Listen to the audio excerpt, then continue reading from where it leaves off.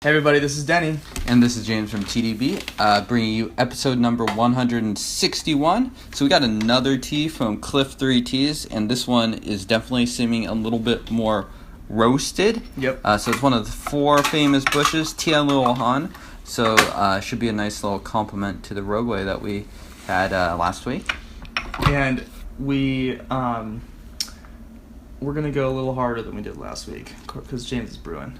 It's true. There's no. We're gonna use about a little that much. Not. God. That's terrible. It's literally full. It is full. It's full of dry leaf.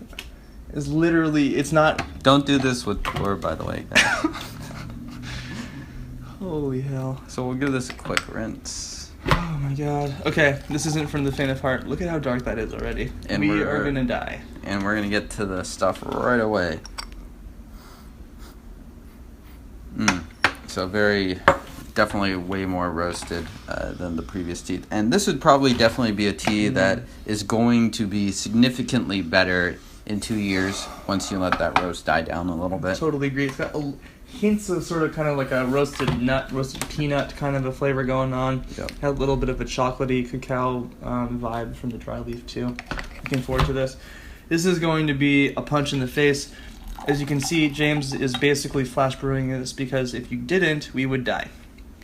We would have brain aneurysms. This would be the last episode of TeaDB. This is actually the 18th most likely cause of death via tea injury is death via Wuyi. I would love to see that list. Is it a top 20 or? I'm not sure. There's a lot of creative. Yeah. Post in your comments below. It's most beneath, likely death by poor pick. So fair. That's one of the more violent many ways a to man die have tea. died by breaking apart a shotgun cake. Comment below and let us know if you know Yeah. anyone who's died from tea consumption or tea activities. Yeah. And sorry about that. Sorry about that. Sorry about My that tragedy. condolences. Yeah. So James is doing his typical thing, which is going to be a brew, immediately doing another brew to retain that heat, if not increase the heat in the overall vessel. Yep. And we'll have another smell of this guy. Yeah, let's give it one more smell. Definitely still getting some roast. Yeah, although actually, wow, oh my god. So we'd expect a little bit more of the Peachy. complexity to come out a little bit as we brew this. All right. You ready? Buckle up, team. Oh. Cheers.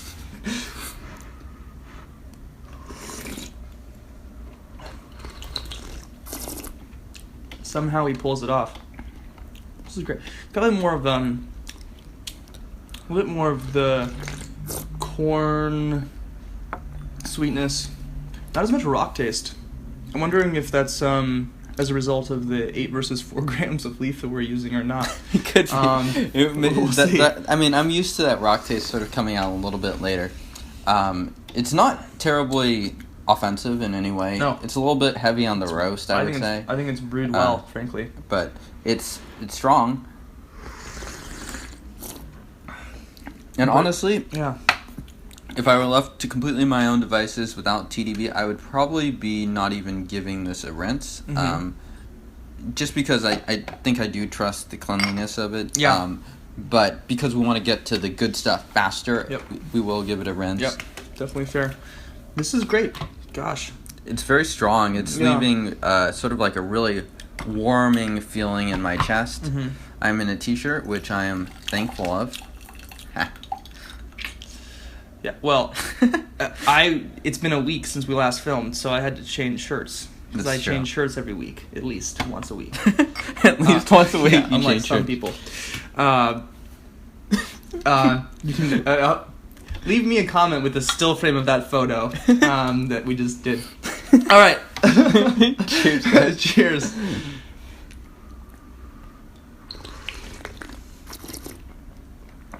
This one is really good. It's got a lot more sweetness than the last one. Yeah. I'm not getting nearly as much of the rock taste, but I think it'll come out. A little hint of it at the end of the flavor, actually. I think it has a really great depth of form. Like you can you taste it like the body, and then you can really feel it move to the back of your mouth, into your throat. It's got a little bit of in the same way when you eat something that's acidic and it gives you a little bit of that mouth pucker, it's got the same kind of thing, but it doesn't taste. It's not a tanniny thing quite as much. Sort of like how my mouth would react to an unripened tomato or something like that, but it's not tanniny. It's just kind of like mouth puckering. This is great. Yeah, and I would say just to be 100% clear that I think a lot of the differences in this tea is not the brewing, but the tea. Yes. Like, I think the depth of flavor and stuff like that are better in this tea. Yeah, than last week's. So I'm not gonna, I don't think that's a criticism of Denny's Brewing at all in that sense. And I think there are definitely multiple ways you can go around this. Yeah, and I was doing, good Lord. And you can see these leaves have not turned green. Right. In comparison. They've lightened up a little bit, but the roast is definitely stronger. Totally spot on. I think this tea also would do well with age, like James had said earlier. These are kind of teas that will develop with age. And James is it's getting a little bit redder, but not too much. We kind of started pretty strong out of the gate. But you'll notice James is really just doing flash brews. And for this much leaf, you're going to do flash brews for 8 steepings. It'll depend on the tea, if it's sea dyke or something like that, you might not be able to do it for that long. But for a quality tea like this, and I do agree with Denny. I think this is definitely a tea. Like, I think it's a bit single faceted right now in like flavors, just because the roast is so strong, and I think a lot of the more subtleties and nuanced flavors will come out with this tea if you give it a few years. Yeah. It's definitely on the high fired end, though. Cheers. Cheers, guys.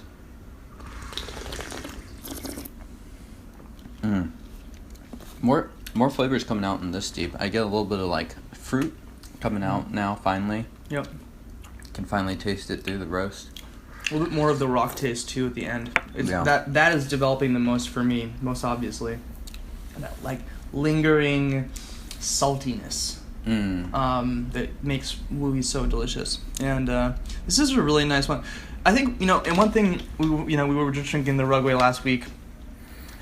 One of the differences between these two teas is that there's an evolution of flavor happening in this tea that I think didn't happen in the last one. Insofar as it's not just the potency of the tea, but that there's actual differences in the flavors as you progressively brew this tea. Absolutely. And that is a bit more attractive for folks like us who are really attentive, who want to sit here and drink the tea and talk about it with a friend, and or watch TeaDB and have a session with us. Yeah. This would be a fun one to session while watching TeaDB, I would think. Not that I've done that because I am the one that films TeaDB, but just because it is, like, now we're starting to taste a little bit more of the nuances of the tea. Before, we could taste a lot of the depth of the tea, and I think we could both recognize that it was a quality tea.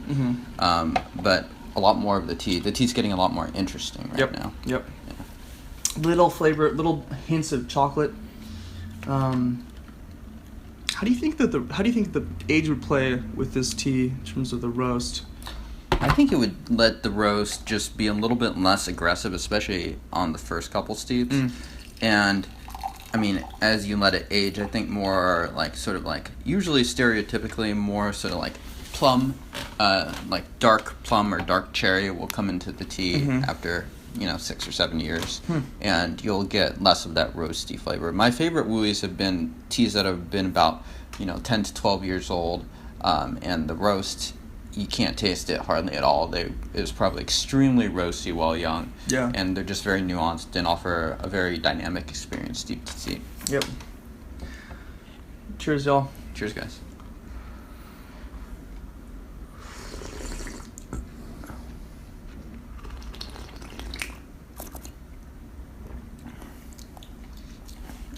And the rockness is full force. This feels like a very warming tea to me. I think it works well with our climate right now. We're having a little bit of a cold spell here in Seattle. It's nice. I'm getting a little bit more tannin, just hints of like those fruits that you're mentioning at the very end, and then just that kind of that salty, mineral-y potassium. Yeah, it just sort of like stays in your mouth. Yeah.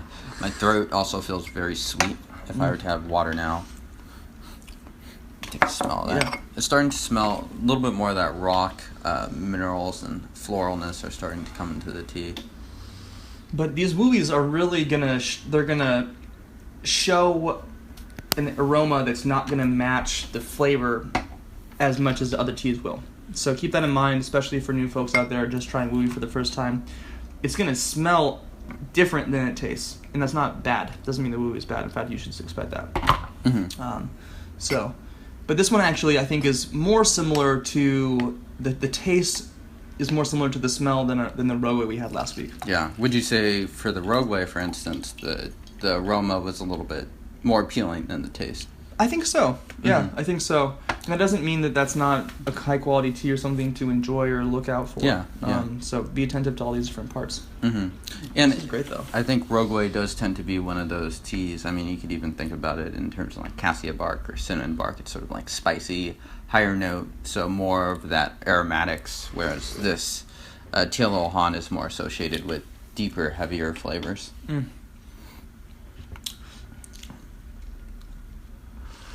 Just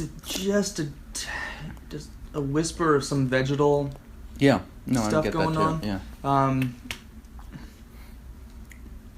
This is really nice. Yeah. It's changing a lot. Mm-hmm. Yeah. And one thing these guys do at Cliff 3 Tea is they do sell the different harvests. Whoa, buddy. Tea down. Tea down. That's never happened to me 2 times in a row with coffee. Yeah, well, luckily this tea is a long runner, so I will be recovered and I'll continue to drink this tea. But anyways, to my previous point, you can buy the 2013, 2014, and 2015 harvests. So if you want to see what this tea tastes like when it's a little bit further along, a couple of years down the line, you can. The teas that are older do tend to cost a small amount more, just because they are for the reasons that we sort of outlined in this episode. But it could be a very interesting tasting experiment. And just because we're so cool and we know all these things, as an insider, we know we have some folks who have told us that you can expect an appreciation of 5 to 10% for pu'er per year. Yeah. Would you think this would be the same thing with this Wuyi? Maybe not quite as steep. I'd probably expect something like that. Yeah. I don't know exactly. Something like 5 or 10% sounds pretty reasonable to me. And I've seen pu'er even go up by more than that. Right. But yeah, for the same bushes, 5 or 10% sounds about right. I'm not experienced. I don't have the insider knowledge in this case. But just for you folks out there, it's not going to be twice as expensive the next year. Right, yeah. Usually speaking, unless some crazy billionaire buys out the whole crop. Or it's just won a lot of awards and so forth. So yeah, exceptions, without the exceptions, it will generally be a little bit more expensive. And I think if I were to recommend someone newer, I think the ones that are a little bit older will be a little bit friendlier, because a lot of those other flavors will be at the forefront of it and easier to pick out. Mm-hmm. Like, I think a lot of what Denny and I did this episode was tasting sort of like through the roastiness and through the flavors that are occurring just because it is younger. Right. Yeah. Yeah, absolutely. I'm impressed, though, at the evolution of this tea. I'm getting more fruit. The rock flavor is just sort of like a bed of the foundation of the flavors, but then a lot of high notes, a lot of little small tastes of vegetalness, maybe a little bit of the fruit too. This is really nice. I'm enjoying this one a lot. I think last week the Rogue that we had on, it didn't have quite as much complexity as you and I might want. It'd be more of a classic Wuyi that you would introduce your friends to Wuyi with. This is something that maybe you have a tea nerd that you know, and you bring this, and it's a little bit more of a special tea gathering. So yeah, and give it a couple of years too, and it will be, I think, much better. 100%. Yep. So check out Cliff 3T. Excuse me. Cliff 3T. What's their website? Cliff3T.com. Cliff3T.com. Wow. Yeah, complicated. Nice. Way to go. James pointed out last week that make sure to change their pricing to USD at the bottom left of the website, or else you'll be freaked out. So do that. And James, if folks want to learn more about all sorts of different teas besides just Wuyi, like let's say Jade Oolongs, a lot of stuff about poo-poo. About poo-poo. If you want to learn about the Jade Oolongs and the poo-poo, come check us out at TeaDB.org. Hit that subscribe button down below, as well as check us out on Instagram, Twitter, as well as add us on Facebook and and our Periscope. Email list. Yeah, and then PayPal us all your correct. money. Oops. Anyway, we're pretty candid with you guys because we know you guys love us and we love you. Please don't abuse us. Yeah. Sweet Lord, do not pretend to be me on the internet. And we will see you guys next time. Cheers. Cheers.